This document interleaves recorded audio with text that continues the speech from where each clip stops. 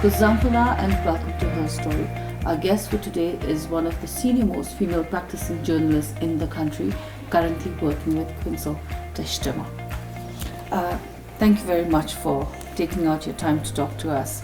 So let's first of all start talking about where you were born and your family and your siblings. Thank you for calling me to this show. I was really excited when you asked me if I can come, because I thought that here is my story, and I feel since about 80% of the Bhutanese population still live in the villages. I thought that I would tell this story so that other parents would get inspired to send their children to school, especially like their daughters to school. I grew up in this remote village. It's called Bimji. It's in Trongsa. When I went to school, there was no village. There was no school in my village, so we had to walk 25 kilometers away from our village to the school. So because there was we didn't have, our parents couldn't come and stay with us because they had to work in the farms. I stayed in a small shack near the school with my father's friend. It was a very difficult childhood, I would say, because we had to, I keep telling my daughter, my 7-year-old daughter, that we have to do everything for her, raiding her to school, picking her up from school and all. I tell her that at her age, I had to cook my own food. I had to fetch water. I had to brew alcohol, So, but despite all these difficulties, I would say that the woman who kept me with her, she was a very generous lady. If not for her, my parents could not have come and stayed in Tongsa and looked after us. So I would have dropped out of school. Okay. It was so generous of her to keep me with her. And then after that, when I reached class 5, we availed hostel boarding facilities. So you stayed with her from class pre-primary till fourth. So standard. From the 5th standard, I availed boarding facilities. So it was much difficult. It was much easier for my parents because they didn't have to worry about, now they didn't have to send rations for us. Okay. And how many siblings do you have? I have 8 siblings, and I am the first one to be out of the village. I'm the first one. My parents, my brother was enrolled in school, but he didn't stay. So then my maternal uncle and my dad put me in school. So among 8 of us, only 3 of us have gone to school. So me, my brother, and my youngest sister. So my youngest sister will be graduating this. Okay. Did your father ever tell you why he put you in school? Or did you ever talk about it with your parents? I know that question never struck to me, but then I think that my uncle, who was in army then and who works for others, he realized the importance of education, my maternal uncle. So he was this driving force behind my education. My parents are farmers. They didn't have money. They didn't have enough. They couldn't afford to send me to school. So my uncle, my maternal uncle, he worked for others, but he ensured that it was not only me, but my other relatives, my cousins, also we get education, and he spent all his money on us. Oh, wow. And so how many years did you study in the hostel? I think my entire education, I studied in from pre-primary till 4th, I stayed in others' house. From that class, from 5th standard, I veiled hostel. So in my 9th and 10th, I went to Chakra High School, where it was another in hostel. Then after that, I went to Drugel. It was again in hostel. Then I went to Sherabse. Oh, okay. And which year did you graduate? I graduated in December 2004. 2004. Yes. And after that, how did you land up becoming a journalist? I keep telling everyone this story, and I think a lot of people who are close to me are now fed up of hearing the same story again and again, because I keep telling that I am someone who became a journalist not because I was interested in journalism, but because I wanted a job. I had this huge responsibility of looking for a job right after my education, because I had so many younger brothers and sisters to look after, and I thought that if I don't get a job myself, I would never be able to support them. Mm-hmm. So then I really wanted a job, and right after coming right out of college, I saw an advertisement in Kunsel. I applied for it, and that's how I got it. And did you consider doing the Royal Civil Service exam? yes, my uncle, my maternal uncle who educated me, he really wanted me to do civil service like examination, because he thought that if you want a secure job, it is RCSC, he would then say. And then he would always tell me that, okay, I have this huge expectation from you, so you have to sit for RCSC and then become like a director or someone, you know. And I think my uncle had this huge expectation, but I was convincing my uncle that, see, my younger brother was then in class 10, and then I thought that if he doesn't qualify, I need money to support his education, to put him in a private school. So that's why I looked for a job. And then, yeah, I thought I really wanted to tell this story, that I grew up in this remote village without access to, forget television and internet, because I think Bhutan only opened to the outside world only in 1999. But I didn't even have access to newspapers or anything like that. So my only access to the outside world then was a radio my family owned. But then even listening to the radio was such a privilege, because we didn't have batteries, we couldn't afford batteries. So me and my younger sister, if you want to listen to songs, or if I want to listen to BBC and this Kharshong programs from Meghalaya, India, we would always like either dry the battery in the sun, or then heat it on the oven, and then, like, you know, warm it in our hands. So we have this huge memory.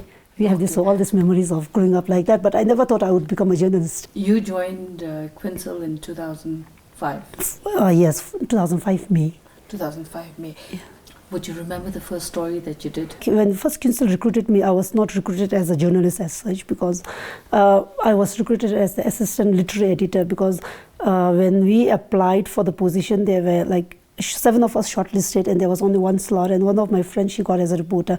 But then I had this huge, I submitted this huge, I wrote a lot of stories, a lot of poems, a lot of essays as a student then, and then I would send it to Kunsel or print it in our school magazines. So all these compilations, I submitted it to Kunsel. So my then editor thought that, okay, maybe I'm fit to be in the literature section.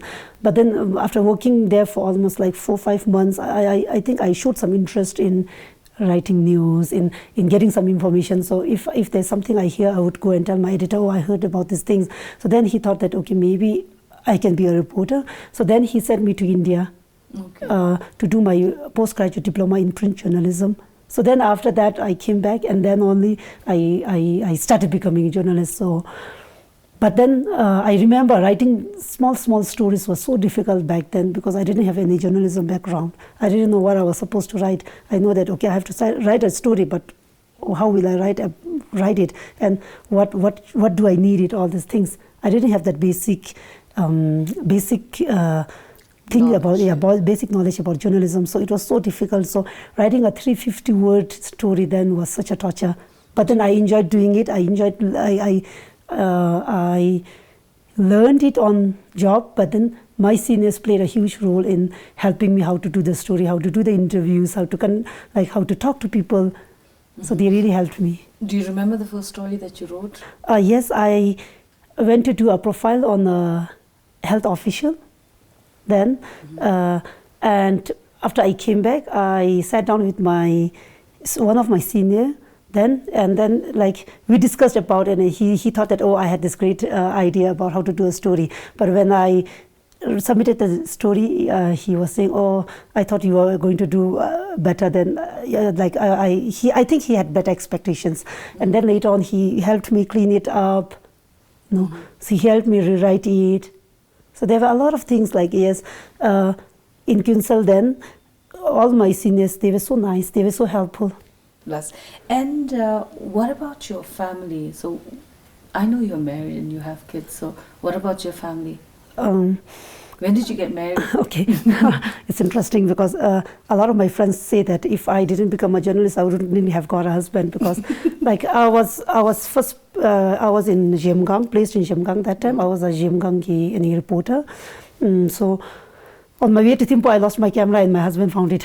Wow! So that's how we met. Mm-hmm. And I have a 7-year-old daughter. I want to dig a little further in this.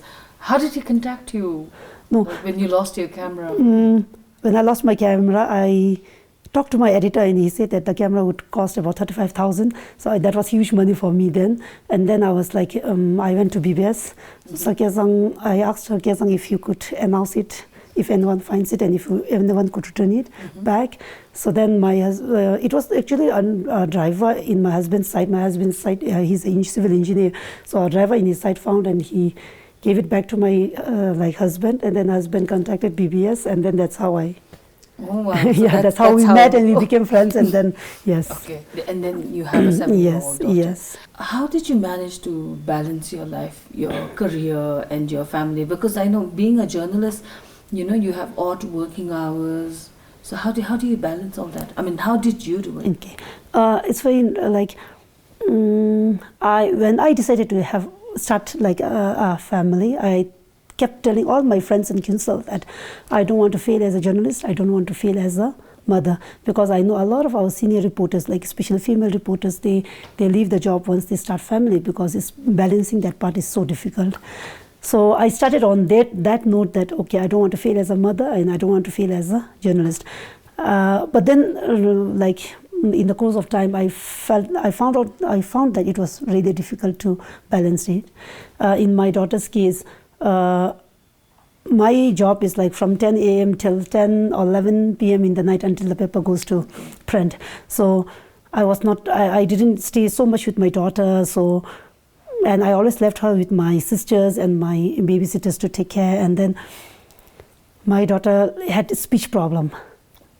So she started to talk only when she was 4.5. That also only after we did speech therapy for her. And then the speech therapist told us that my daughter's case is not delayed or anything like that. It's just that she didn't have enough vocab. She didn't have someone to talk to. She was always left with iPad or phone or a laptop. So it was such a difficult thing. Then I realized that, okay, if I have a second child or something like that, I might have to quit or something like that. It's really difficult. You either need your grandparents or someone to look after, or you have to dedicate your time to your daughter. So you didn't have anybody helping you? Yes, I did have I didn't have my parents couldn't come because my mother, she needs to be at home, and my sisters had to look after a lot of things in the village. So I had 2 babysitters, so both of them come from these deprived families where they couldn't continue their education. So I thought that if I bring them here, maybe it would be an opportunity for them to continue their education also. So they would, in the daytime, they would look after my daughter, and in the evening they would go to the evening continuing education classes. Yes. Okay. So and how did you initially identify that Zema had speech problem? And how long did the therapy take? It's very interesting because initially I couldn't accept that, like any other Bhutanese parents or any other parents. I think it was so difficult for me to accept that, okay, my daughter has a problem. I was thinking, okay, maybe it's just delayed. Maybe it could have been just delayed, and maybe she would talk one day, because she would sing all these songs, but then she would not talk as a she would not communicate, but she can sing all these songs and all these things. So I was having this dilemma whether, okay, does she really have a problem, or what is the problem? I couldn't identify the problem. And then when I availed a scholarship, Australian Awards scholarship, I took her to Australia. So then the teachers there recommended me to take her to a speech therapist. So that's when I took her to a speech therapist. It took only like 1 day for them, and that also 1 hour. Just 1 hour, yes, the problem. And then they taught her some basic things, and then after that she started talking. Wow, so this is something which could have been prevented. Yes, and I hear that a lot of Bhutanese children have the same problem, especially if both their parents are working. They have they cannot communicate. Whenever I share Zema's story to other people, they tell me some similar stories of their friends or their families. So I keep telling them that they have to do something like this. Oh, wow, we're glad that Zema is fine now. And how do you find your life being a female journalist, and one of the longest practicing journalists in the country? So how is the whole experience? Like I said, I am someone who became a journalist because I didn't want to. I really want to, but because I wanted a job. But having stayed in this profession, a lot of my friends, a lot of people who are close to me, they think that, okay, this is the right job for you. You know, they felt that, okay, I'm always nosy. I'm always like, I really want to dig something. So I was like that since as a child. And then, though, as a journalist, I thought that I had one of the best times of my life in this last 14 years. I always thought that if I do something, for me, the basic understanding of and all these things, is like doing your job properly. You know, doing what is like fulfilling that responsibility. And I think, yes, I had my own difficulties, but then I would say that I did, as a journalist, I contributed ngaragi small way nalu in the nation building. You know, I started as a journalist from Jemgang, one of the least developed zongkaks in the country, and then I made sure that I visited each and every gyok, almost all the villages of that zongkak, and also then after that I was transferred to Sirang, and then even in Sirang I ensured that I cover all the issues, not only from Sirang but from Dagana, from all the nearby zongkaks. And then I felt that I have, like, journalism, whatever is needed, I thought that I did it. So that makes me if I compare my own achievement to other people, yes, I did not achieve much. But then when I compare my own achievement to my past, I feel that, okay, this is how I have done a lot. I have contributed to the nation building, like by doing all these small stories, which brought a lot of impact. Yes. Yeah, one of the biggest contribution I could say is that there are like small things. You know, there is this small village that do not have proper drinking water menu, and when I did that story, when the Zongkak officials ensured that, okay, this village is connected with water, I thought that was an achievement. Yeah. Then there was this incident in Trongsa where a man first murdered his wife and then killed himself.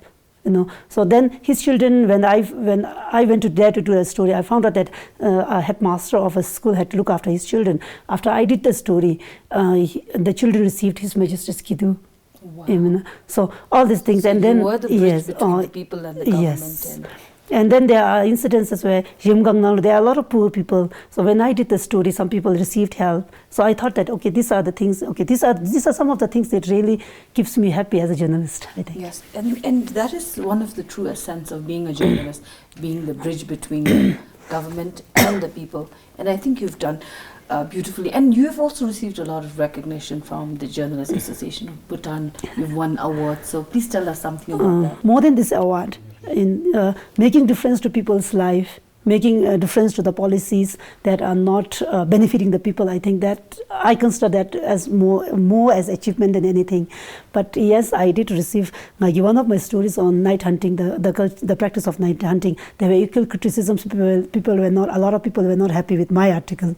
But then I felt that when I did that story, I thought that, okay, these are some of the issues our rural women are grappling with, and we have to bring it out, Zenodi. So I think I was the first person to talk about that night hunting culture. So I won an award for that article.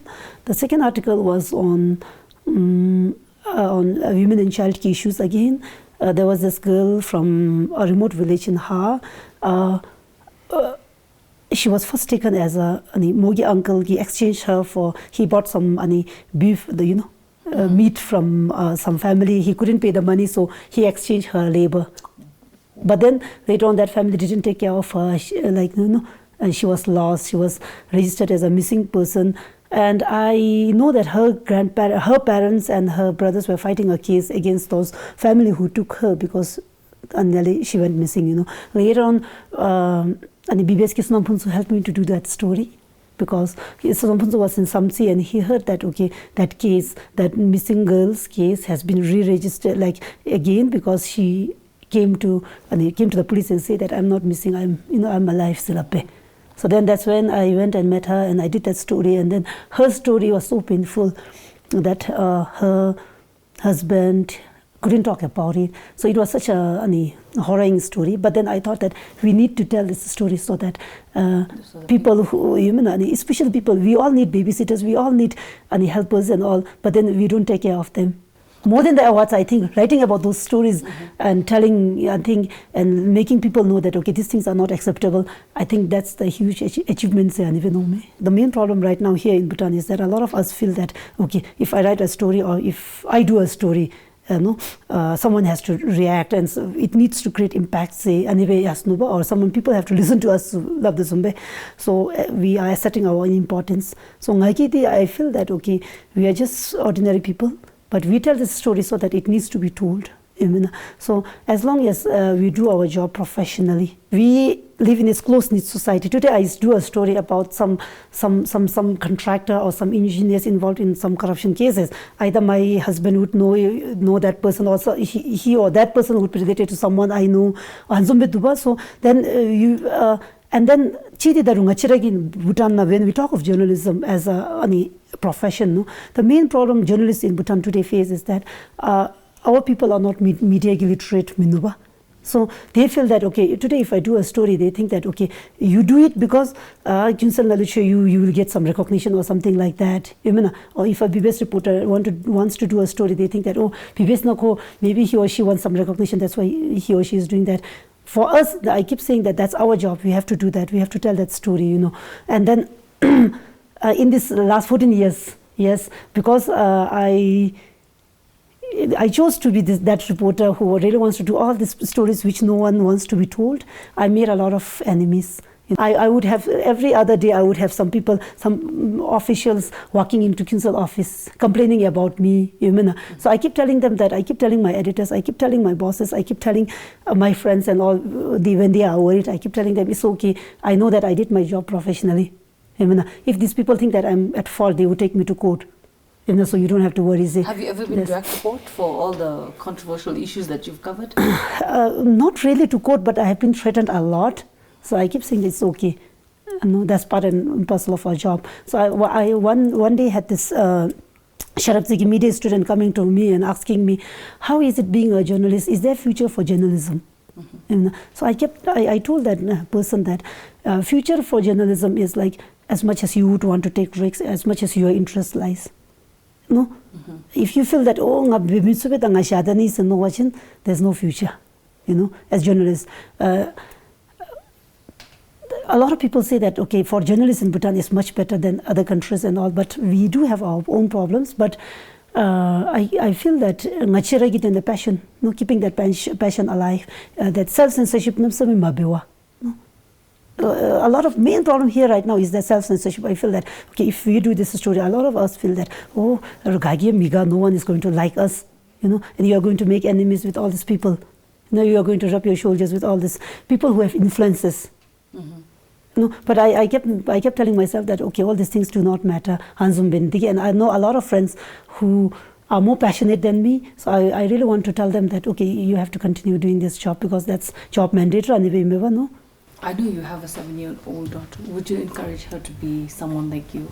Would you encourage her to be a journalist? I have this interesting story with my daughter. Every time she tells me some stories of her, whatever happened in her class or in her school, she would say, oh, mommy, don't write that in Kinsel, okay? So that she has become conscious in Baba. Then I had my youngest sister. She stayed with me, for her education. Grew up. So she doesn't like it whenever I do all these controversial stories because she gets worried. And I feel that my daughter is going to have that same moya. She is going to go through that same thing. So I would not encourage my daughter to become a journalist. But then if she wants to, I don't think I'll stop. Anyway. Okay. And especially for a lot of young people who are watching this show, what would you tell them from your 14 years of experience?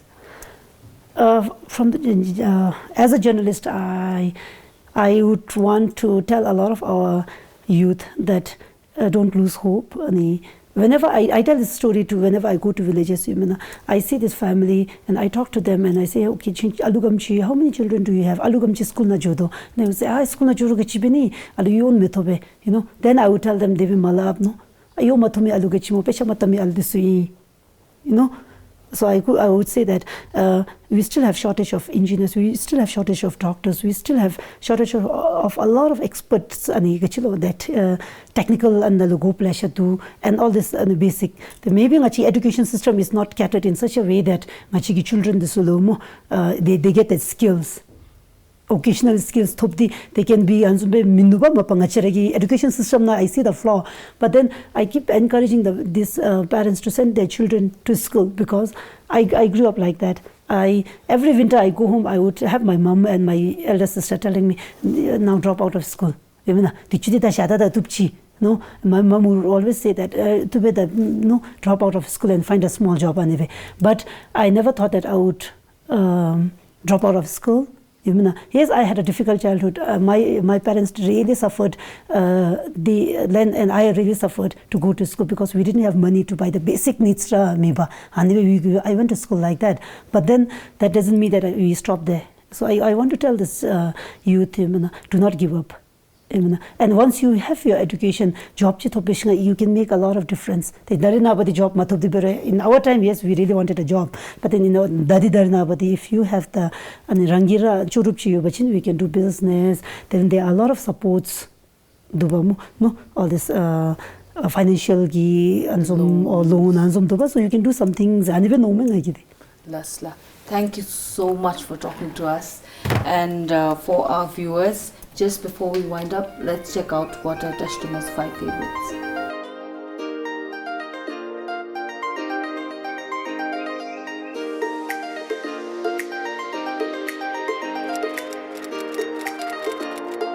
Navy blue, JP blue. I like a lot of Nurburigi Pangsho, maybe, okay. Rice and Emerasi. I read a lot of classics, but I love books written by Charles Dickens, and Great Expectations is one of my favorites, like all-time favorites.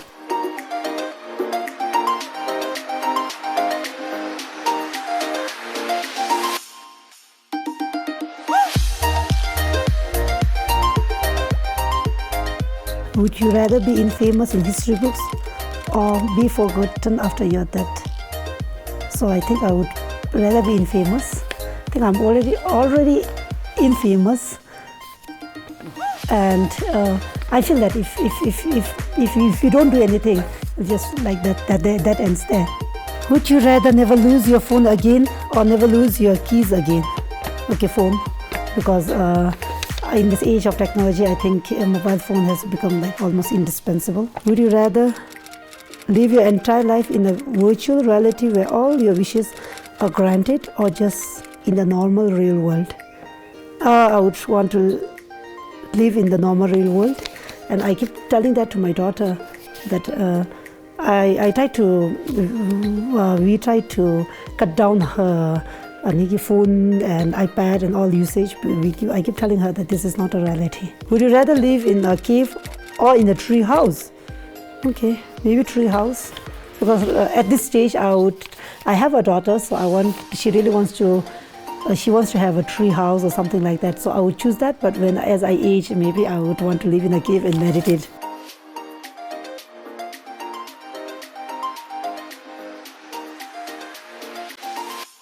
I'm crazy, I'm passionate, I'm very loud.